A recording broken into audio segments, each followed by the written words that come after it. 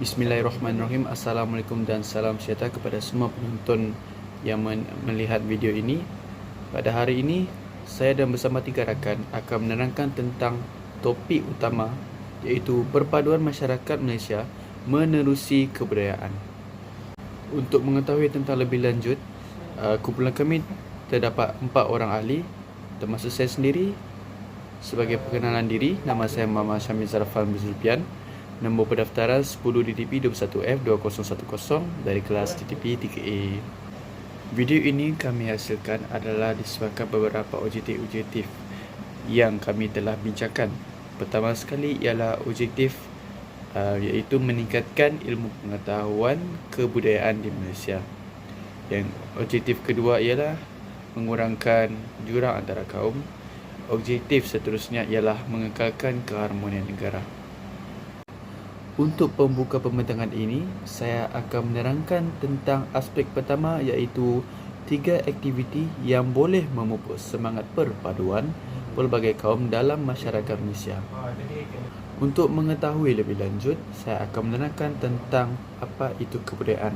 Kebudayaan ini ialah salah satu tingkah laku sosial dan norma yang terdapat dalam masyarakat manusia.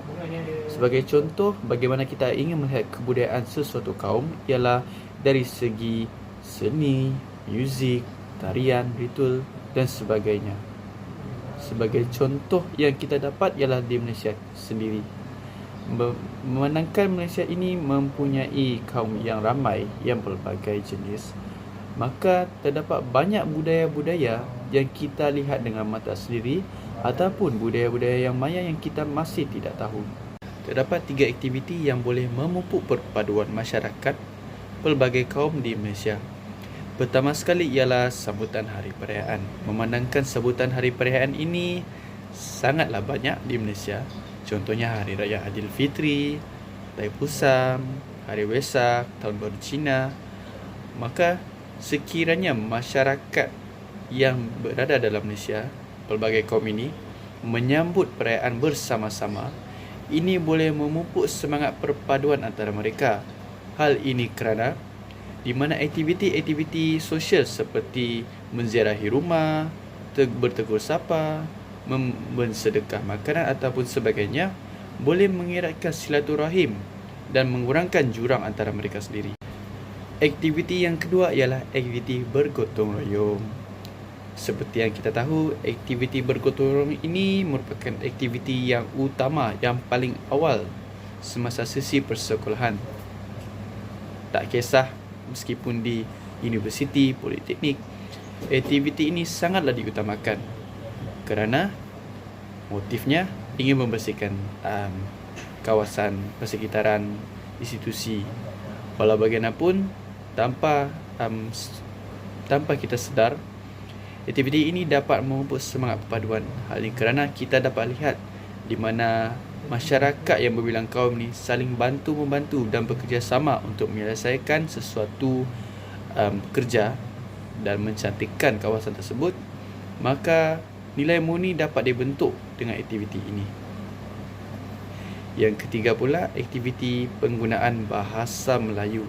Budaya menggunakan bahasa Melayu ini sangatlah diutamakan, meskipun sangat diwajibkan kerana ini merupakan bahasa pengantara antara kita. Tak kisah Cina atau India, India atau Melayu, Melayu atau dengan dusun, dengan Iban.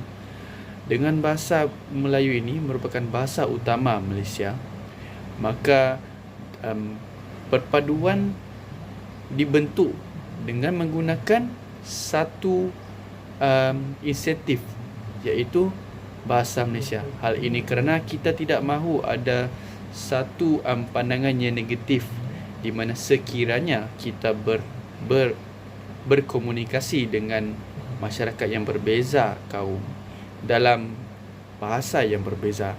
Ini boleh mewujudkan fikiran yang negatif. Takut kalau kita cakap bahasa yang India sendiri tak faham, mungkin mereka akan fikir yang adakah mereka ni ingin mengolok kita, mengejek kita. So benda ni kenalah Bagaimana nak cakap, kenalah ada satu kepercayaan dan tiada rasa sangsi langsung sekiranya kita berkomunikasi dengan rakan-rakan yang berbilang kaum. Maka mereka akan lebih selesa, lebih percaya untuk berkawan dengan kita. Dan disitulah wujudnya perpaduan antara berbilang kaum. Assalamualaikum dan salam sejahtera. Nama saya Muhammad Naim bin Muhammad Jamal dan nombor matrik 10 DTP 21F2011 dari kelas DTP 3A. Antara tiga faktor yang meningkatkan semangat patriotism dalam bidang kebudayaan. Yang pertama, guru menggalakkan anak murid mendalami dan memahami sejarah Malaysia dan mengingati mereka jasa-jasa pejuang dan menghargai pengorbanan mereka. Yang kedua, menjalinkan hubungan erat sesama anggota masyarakat tanpa mengira kaum, bangsa dan agama. Ini dapat mengukuhkan perpaduan antara kaum. Last sekali ialah kerajaan mengadakan kem dan menggalakkan anak muda untuk menyertai kem jati diri dapat untuk pengisian dan yang menyuburkan semangat patriotik dan juga untuk menanam semangat cinta akan negara dalam diri anak muda. Malaysia merupakan sebuah negara yang unik kerana terdiri daripada pelbagai kaum, bahasa, agama, seni dan budaya dan sebagainya. Negara kita juga dikenali sebagai sebuah negara yang multicultural di mana sifat-sifat kemajmukan dalam konteks kemasyarakatan yang luas juga. Konsep kemajmukan yang merujuk kepada pelbagai masyarakat campuran, kumpulan manusia yang mengamalkan cara hidup yang berlainan. Mereka turut membentuk satu entiti berasaskan kaum sendiri dalam lingkungan komuniti yang luas. Keadaan ini bukan sahaja menjadikan masyarakat itu menjadi kompleks, sebaliknya melahirkan pelbagai aktiviti sosial dan membentuk kehidupan sosial yang dikongsi bersama berdasarkan prosedur mantap bagi memenuhi keperluan sosial mereka. Tahap-tahap masyarakat ini terus berkembang daripada entiti keluarga, komuniti, negara dan juga global. Jika perkara ini teliti dengan lebih lanjut, sebelum ini kerajaan telah mewajibkan remaja yang berumur 17 tahun ke atas untuk menyertai program latihan khidmat negara. Model kenegaraan PLKN sememangnya bertujuan untuk melahirkan semangat perpaduan dalam sanubari remaja daripada masyarakat majmuk yang bakal menjadi pemimpin negara satu masa nanti.